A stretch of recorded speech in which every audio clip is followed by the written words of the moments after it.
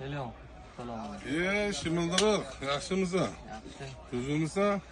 Melis taniman. Uka, men bulduzor polvon bo'laman. Eshitmaganmisan? Yo'q, siz Arashan basmisiz? Nima var ashani?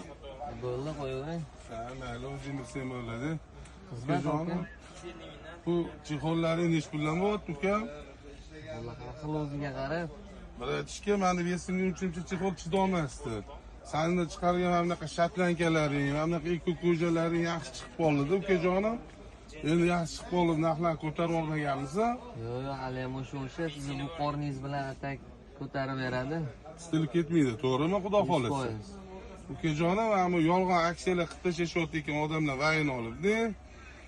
Internetda boshqa narx, kelsa boshqa narx. Sizlar unaqa emasmi? Bizaniga hammasi qo'yilganda. Chotki, Idealniy. Idealniy. Idealniy. Uka, bizlarga polvonlar faqat yaxshi joylardan chexol olamiz edi.